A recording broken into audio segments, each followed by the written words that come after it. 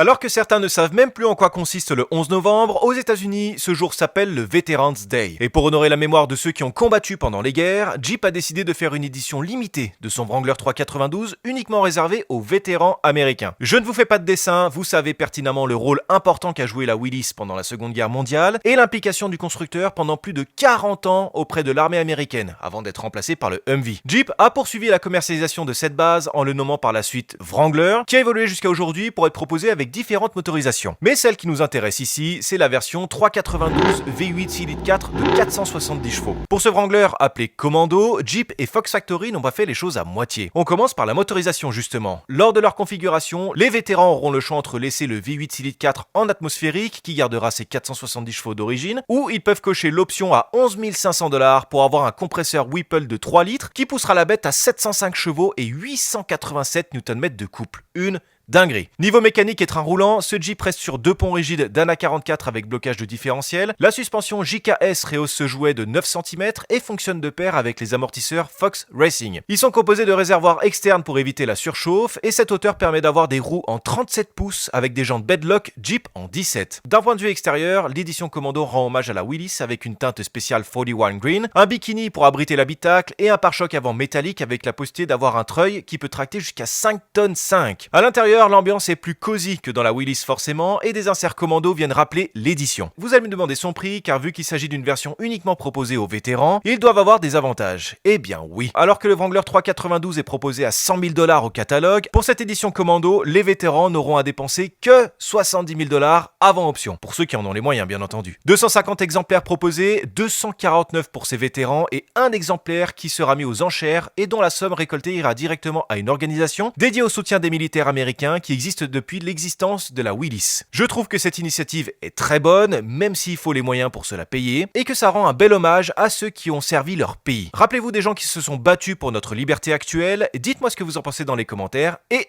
abonnez-vous.